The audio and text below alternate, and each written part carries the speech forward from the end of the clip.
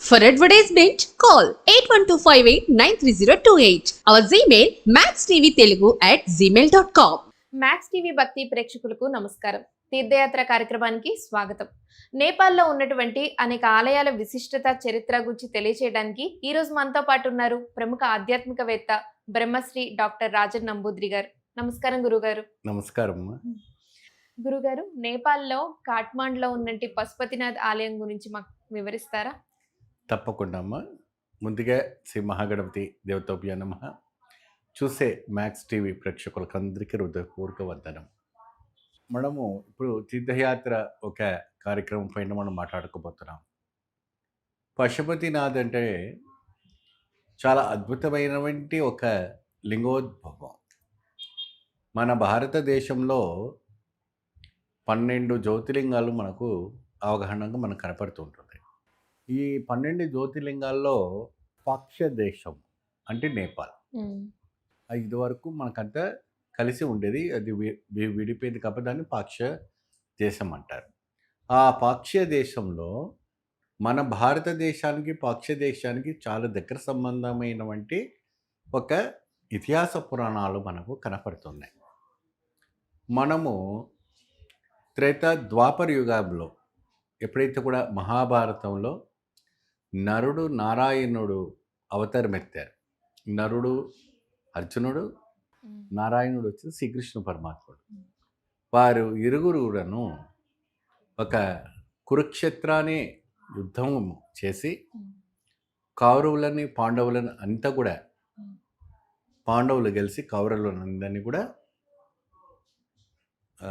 ఇచ్చేస్తారు. అంటే అధర్మానికి బాగా ఇది చేశారు కాబట్టి కృష్ణ పరమాత్మ ధర్మాన్ని పక్కనే నిలబడి అధర్మము కొట్టేసి ధర్మం గెలిపించారు. వాళ్ళు ఆ పంచపాండవులు కూడా మరి రక్తంతో కూడిన వంటి సంబంధాలు కదా, మామలు, మేనమామలు, తోడబుట్టిన వాళ్ళు, పెద్దనాన్నలు, వీళ్ళంతా కూడా చిన్నాన్న, పెద్దనాన్న, తాత వీళ్ళందరినీ కూడా వాళ్ళు వారి చేతితోనే అంతం చేశారు. కాబట్టి ఆ పాప విమోక్షము కోసం, పాపము విమోక్షం కోసము, మోక్షం కోసము ఏం చేయాలని తపన చేస్తుండగా వశిష్ఠ మహర్షి వాళ్ళు మీరు కాశీలో ఉన్న వంటి శివలింగానికి వెళ్ళేసి అక్కడ దగ్గర 9 రాత్రులు నిద్ర చేసి ఆ కాశీ విశ్వనాథునికి విశేషమైన వంటి అభిషేక కార్యక్రమాలు చేసి స్వామివారి దగ్గర ఆశీర్వచనం తీసుకురండి పంచపాండవులని ద్రౌపదిని పంపిస్తారు. పంపించినప్పుడు కాశీలో శివలింగం మనకు కనపడదు. ఆయన వారికి అక్కడ దర్శనం ఉండదు. మేము కాశీకి వచ్చినా కూడా శివలింగం లేరు అని అక్కడ వాళ్ళని అడిగితే స్వామివారు హిమాలయాలకు వెళ్ళిపోయారు కాబట్టి మీరు వెళ్ళి హిమాలయాల్లో వెతకండి అని ప్రయాణం చేస్తారు. కొన్ని రోజులు పోయాక వాళ్ళు హిమాలయాకి వెళ్తారు. అక్కడ కేదార్నాథ్ అని ఒక క్షేత్రం ఉంది. ఏమ్మా?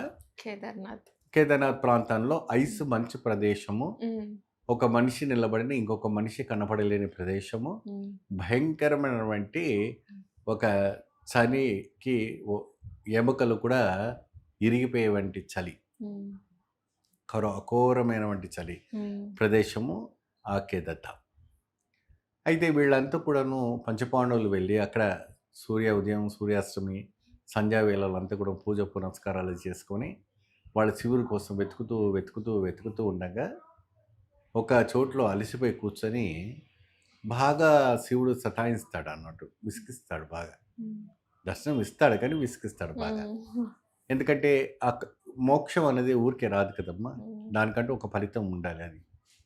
ధర్మరాజు ఏం చేస్తాడంటే, శివుడు కావాలని మనని ఇలా వేధిస్తున్నాడు, అక్కడ గుంపుగా కొన్ని వందల్లో ఉన్నవంటి ఆవులు కనపడుతున్నాయి, నాకు తెలిసి ఆవు రూపంలో అంటే పశువు రూపంలో శివుడు అక్కడ ఉండి ఉంటాడు. భీమసేన, నువ్వు ఏం చేస్తావంటే ఈ పర్వతము ఆ పర్వతం పైన 2 కాళ్ళు పెట్టు, నేను అర్జునుని పంపించి ఆ గోవులని ఇటు తడుముతాను అని ధర్మరాజు చెప్తారు. అప్పుడు ఆ ధర్మరాజు ఏం చేస్తాడంటే అర్జునుడికి చెప్పి ఆ గోవులను తడుపు, శివుడు భగవంతుడు కాబట్టి కాలు సందులకి రాడు కాబట్టి అప్పుడు శివుని మనం ప్రత్యక్షంగా దర్శించుకుంటాం అనేసి మనం అనుకుంటాం. అప్పుడు గోవులన్నీ కూడా వారి పాదాల కింద నుంచి అంటే భీమ పాదాల నుంచి తోడ సందు నుంచి వెళ్తుండగా ఒక్క ఆవు మాత్రము అక్కడే ఉండిపోయింది.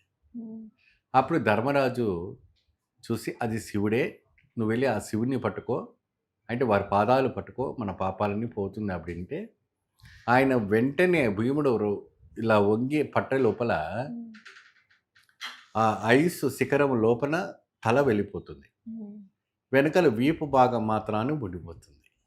ఏమ్మా అది వెనక భాగము పాదాలు మాత్రాన్ని ఆ పాదాలు పట్టుకుని ఉన్నాడు కాబట్టి సగం భాగము పశుపతినాథ్లో పడింది, సగం భాగము కేదార్నాథ్లో పడింది. తక్కిన పాదాలు పంచకేదార్నాథ్ అంటారు. మన కేదార్ధాంలోనే తుంగనాథ్ ఉంటుంది, రుద్రనాథ్ ఉంటుంది, మధ్యభాగేశ్వర్ ఉంటుంది, అనేక రకమైనటువంటి ప్రదేశాల్లో కూడా ఈ యొక్క కేదార్నాథ్ స్వామి వారు ఒక ఆత్మలింగం జ్యోతిలింగాలుగా పడిపోయి ఉన్నాయి. అయితే పశుపతినాథ్ అంటే ఏంటంటే పశువులకు అధిపతి. ఇంకో గాథ ఏముందంటే దేవతలది జింక రూపంగా ఉంటున్నాడు కాబట్టి వీరు కైలాసానికి రావట్లేదు కాబట్టి ఆ జింకని పట్టుకొని పైకి వెళ్తే మనకి ఇది ఇంకొక కథ చెప్తుంటారు. అప్పుడు ఆ జింక కొమ్ములు 5 ముక్కలుగా మిలిగినాయని ఇక్కడ 5 రకాలమైనటువంటి లింగాలు స్థాపించాయనేసి ఒక కథ మనకు చెప్పబడుతుంది. కాఠ్మండులో అంటే కట్టెతో ఏర్పరిచినటువంటి ఆలయం కాబట్టి దాన్ని కాఠ్మండుగా అంటుంటారు. చుట్టూరు కూడా చందనపు కట్టెలు, అద్భుతమైనటువంటి కట్టనము. ఆ రోజుల్లో ఆ రాజు నిర్మించినటువంటి ఇది మనకి పంచముఖముగా లింగాన్ని దర్శించేటువంటిది పశుపతినాథ్. ఈ స్వామిని దర్శించుకుంటే సకల దోషము పోతుంది, సకల పాపము పోతుంది, మోక్షప్రదాయమైనటువంటి ప్రదేశం. ప్రతి వాళ్ళు కూడా కేదార్నాథ్ని దర్శనం చేసుకున్న వాళ్ళు పశుపతినాథ్ని దర్శనం చేసుకుంటే సంపూర్ణ యాత్ర అవుతుందనేసి ఇతిహాస పురాణాలు చెప్తాయి. ధన్యవాదాలు గురుగారు. నమస్తే.